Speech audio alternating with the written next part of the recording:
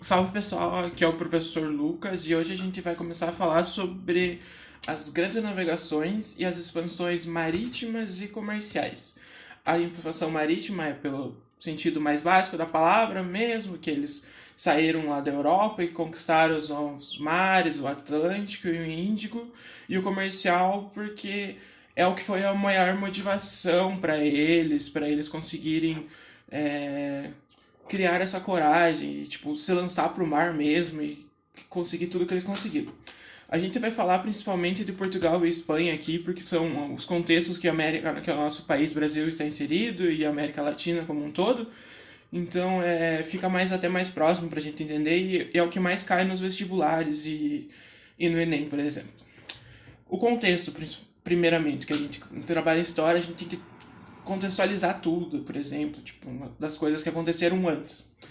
É, como a gente sabe, todo mundo sabe a historinha das especiarias, então toda a Europa nesse momento estava precisando das especiarias e tal, do cravo, da pimenta, porque eram, primeiro, produtos muito caros de se conseguir lá, e eles eram caros por quê? Porque nesse momento ali, um pouquinho antes do 1500, o Mediterrâneo, que é a ligação mais próxima entre Portugal, Espanha, por exemplo, e as Índias estava sendo dominada pela Itália e não era tão seguro para eles irem por lá e por isso também que essas especiarias eram tão caras assim, porque eles tinham que demandar muita coisa, muitos recursos para ir até as Índias pegarem e mesmo que seja mais próximo não era tão viável. A gente vai falar aqui também sobre esse quesito da expansão marítima e comercial, porque nesse momento na Europa a gente começa a ter os primeiros indícios de uma relação sobre capitalismo, alguma coisa sobre lucro, esse tipo de coisa. Antes disso, essa parte das grandes navegações está inserida no começo da Idade Moderna.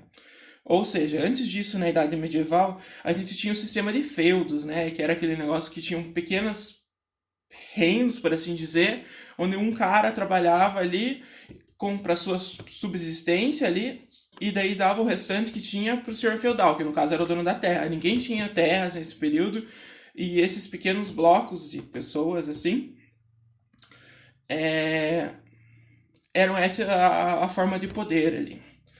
E a gente agora está falando da questão comercial, porque nesse momento começa a criar o mercantilismo. O mercantilismo, eu vou falar um pouquinho mais depois, mas para a gente entender o começo dele, é basicamente quando os Estados-nações começam a se formar. Portugal e Espanha foram um dos primeiros a se formarem, e o que seria esse Estado-nação? Seria, tipo, primeiramente, tira esse sistema de feudo, a gente não tem mais esse tipo de relação de trabalho ali, de servidão e tal. Temos um rei absoluto, que é um rei que manda em uma grande, vasta terra, assim por dizer, e nesse contexto, primeiramente, é isso. É, entendendo os primeiros motivos e tal. E agora eu vou falar um pouco dos principais motivos que a gente tem para Portugal, primeiramente, ter saído nessa corrida naval, assim, por assim dizer. Primeiro, como eu tinha falado, agora, nesse momento, a monarquia está consolidada.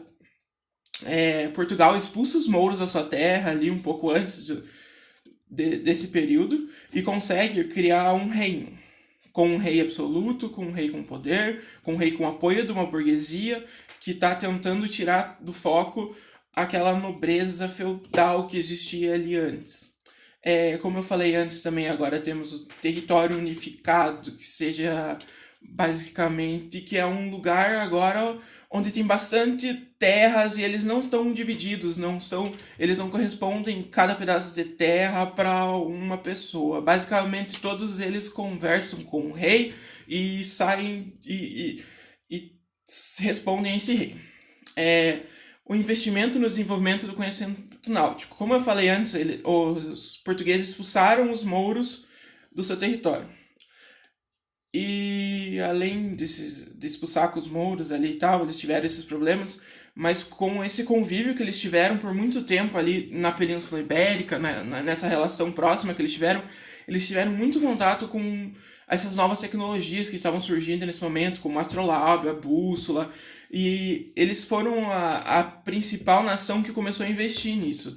Até teve uma escola ali que foi voltada para criar técnicas e estudar cartografia, tudo isso para dar mais chances deles saírem na frente e conseguirem chegar cada vez mais longe. Um outro ponto é o interesse da sociedade na expansão do comércio. Ou seja, o que eu tinha falado da burguesia, que a burguesia está agora tentando mais lucro com esse comércio de especiarias. Então, com a ajuda da coroa, eles começam a investir dinheiro mesmo para criar uma frota grande de navios, uma frota grande de naus, para a galera sair mesmo, tipo, ter várias expedições. Porque se vocês forem analisar agora, friamente, tipo, agora, os europeus conheciam muito pouco do mundo ali em 1400, 1500. Até tem esse livro do Gia de Lumot que fala sobre o medo do Ocidente, tem um capítulo específico que é sobre o mar. E ele fala muito sobre como os europeus não conheciam tanto o mar e como eles tinham medo das coisas que moravam no mar, das tempestades, da fome. Então, tipo, deveria ter algum bom motivo para alguém se lançar ao mar. Então, eles tinham esse investimento, porque também, tipo, você não vai se lançar ao mar com um barquinho ali, podre, por assim dizer, porque é um monte de tábua grudada uma na outra. Tem que ter bastante dinheiro, porque teve um monte de gente nesse momento que simplesmente desapareceu. Ninguém sabe quando que foi parar. Eles saíram de Portugal, mas ninguém sabe onde eles foram parar. Não se tem notícias se foi uma tempestade, se morreram de fome, a deriva. Então, existe essa questão do comércio, é muito importante para eles, porque é o que vai fomentar esse mercado e depois o mercantilismo vai se consolidar nesse momento. Uma outra parte que não é tanto... que quando a gente percebe, é até interessante analisar, que é a posição geográfica de Portugal e de Espanha. Ambos estão na Península Ibérica, né? Que a península é aquele lugar que é rodeado de água ali. Portugal, se você for analisar, é um país muito pequeno, mas que nesse momento tinha um grande porte, um monte de tecnologia e de investimento nessa área, e conseguiu sair na frente, sendo um país praticamente minúsculo ali. Por que essa posição geográfica é tão importante para os dois? Como eu falei, Portugal expulsou os mouros do seu território ali, e os mouros estão no norte da África, por assim dizer. Então, quando eles expulsam, ali em 1415, eles conquistam Ceuta, que é no norte da África, que é uma ligação, que é um estreito que liga a Europa à África. Então, tipo, se eles dominam ali, eles começam a... Basicamente, eles têm um oceano Atlântico, assim, diferente para eles. Eles podem sair para onde eles quiserem. Então, é muito mais fácil eles saírem do que, por exemplo, a própria Itália, que estava ali no Mediterrâneo. Com os portugueses dominando o Ceuta, eles não tinham essa passagem liberada. Então, era muito mais difícil para as outras nações que estavam se formando começar a sair mesmo, porque não tinha como. E outro fato importante é que, mais ou menos no século VIII, ali, a Europa estava passando por grandes invasões e eles estavam se fechando bastante entre si. O Portugal não se fechava, ele se abria, ele fazia um tipo de comércio, um negócio assim, com o norte da África e com o norte da Europa. Então ele já tinha uma tradição ali naquela área pequena que seja, mas ele já tinha uma tradição grande sobre a navegação. Eu falei da conquista de Ceuta, que foi no norte da África, para a gente entender qual que foi o caminho de Portugal. Primeiro, eles conquistaram Ceuta, que era ali no norte da África, e a ideia deles, quando eles saíram nas grandes navegações, era dar a volta pela África, passar lá por baixo e voltar até a Índia. Daí comprar as coisas na Índia e voltar por esse lugar.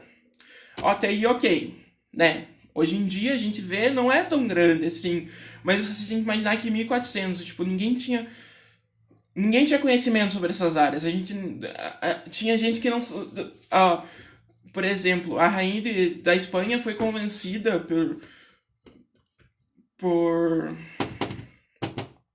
Cristóvão Colombo que a Terra, que ele poderia dar a volta na terra para chegar na Índia, para não fazer a mesma rota que os portugueses. Então a gente tem que pensar que eles não tinham conhecimento nenhum sobre esse novo mundo, sobre o Brasil, sobre a África, até sobre, tipo, questões da África do outro lado. Então, ó, pra gente perceber, em 1915 eles conquistaram Ceuta, chegaram lá, dominaram tudo.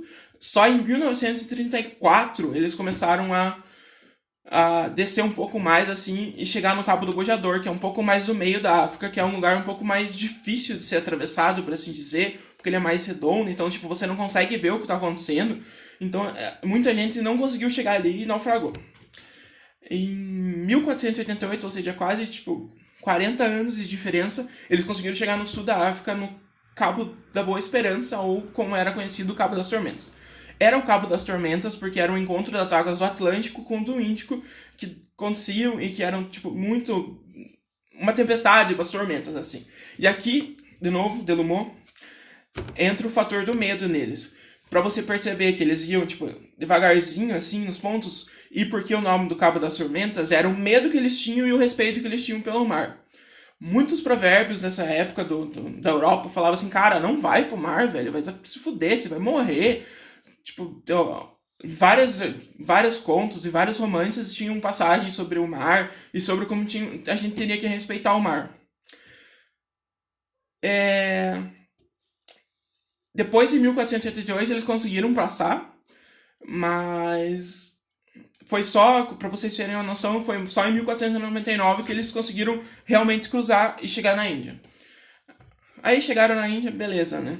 Porém, a gente tem a questão da Espanha, que começou um pouco depois nessa corrida, mas que já estava, tipo, querendo muito, muito, muito conquistar também e fazer o sistema colonial dela.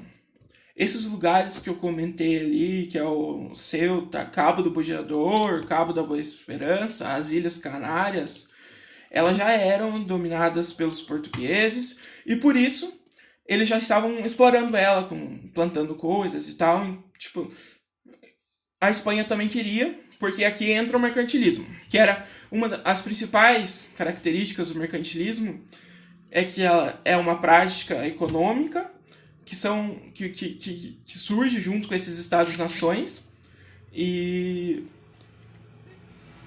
as principais características delas. As principais, que eu acho que é a mais importante pra gente entender, que um estado-nação agora só é rico se ele tiver moedas de ouro, riquezas de ouro, acúmulo de metais. Então, esse foi um dos outros motivos para eles saírem, porque primeiro eles podiam descobrir novos lugares onde tinham ouro, e também eles podiam explorar os lugares, como Portugal fez, e fazer a sua plantação de cana-de-açúcar e tal, para vender a preço para conquistar mais metais preciosos. Essa era uma das principais características do mercantilismo, porque as nações-estado, as coroas, começam a se preocupar mais com o seu estoque de dinheiro. E a gente tem, por exemplo, o caso da Espanha, que é que ficou conhecido como bolionismo, que eles iam para os lugares em procura de ouro mesmo e de prata em explorações. Tanto é que a nossa parte da América Latina aqui, onde teve a exploração espanhola, foi totalmente voltada para a exploração de ouro. Eles quase não plantaram nada, não tinham um mercado assim. No Brasil, Portugal já tinha uma outra ideia, que não era tanto para buscar ouro e tal. Tinha também, mas não era tanto essa. Era o que a gente conhece hoje como plantation, que seria a plantação. Tanto Portugal como Holanda faziam esse tipo de exploração assim, e deixava essa exploração com mais um passo, no caso, né? Você não pega só os metais preciosos, mas você pega a sua matéria-prima, que no caso do Brasil primeiro foi o pau-brasil e depois a cana-de-açúcar no período colonial, mas a cana-de-açúcar daí leva para a Europa e vende lá, e daí com isso você tem mais acúmulo de riquezas. O mercantilismo também é importante para a gente perceber que nesse primeiro momento eles começam a perceber que eles precisam ter uma balança comercial favorável, que eles precisam vender mais do que eles compram, ou seja, tipo, você tem que vender muito mais do que você compra e isso é pensado e você não consegue ser uma coroa forte, ter poder, se você não tiver esse pensamento.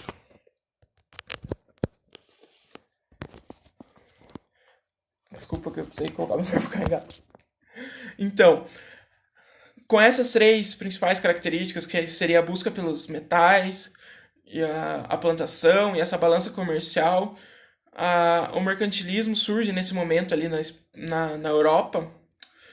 E aqui entra também por que tantos países saíram da Europa para buscar. No caso da Espanha, eles viram Portugal conquistando e falaram, cara, eu também quero, né? Eu sou também, eu tô começando a ter uma monarquia solidificada, ter um domínio territorial, então eu vou tentar também descobrir novos lugares nesse novo mundo. Eles conseguiram, eles chegaram antes no continente americano, como a gente sabe, né? Eles chegaram em 1492. Só que Portugal, ele ficou meio assim, né? Porque ele começou primeiro e tal, então ele achava meio que ele tinha um direito sobre as coisas.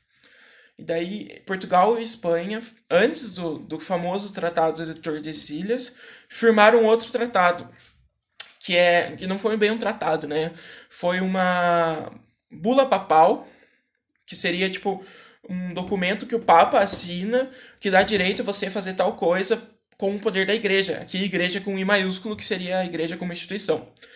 Essa bula é conhecida como Intercoetera, ela foi assinada em 1492 e ela divide o Atlântico entre Portugal e Espanha, ou seja, traça uma linha imaginária, para esse lado é Portugal, para esse lado é Espanha, tem direito de explorar. E aqui entra um fato importante também da igreja. Por que a igreja estava interessada nisso e teve que, tipo, o Papa firmar um acordo entre os dois países e não, tipo, deixar isso de lado? Eles que estavam muito interessados também na parte da dominação católica. São dois países católicos, nesse momento, que estariam conquistando novos espaços, e como no caso português já houve a dominação da África, eles pensaram, cara, a gente pode dominar outros lugares do mundo e disseminar cada vez mais o catolicismo e conquistar mais povos e converter mais gente. Era quase como uma cruzada ultramarina também. Mas Portugal, tipo, esse tratado, a bula Intercoetera, ela falava que as 100 léguas ultramarinas a oeste, ou seja, a esquerda da Europa, tudo que fosse descoberto para esse lado seria pertencente à Espanha, e tudo que fosse pertencente no mundo para a direita seria de Portugal.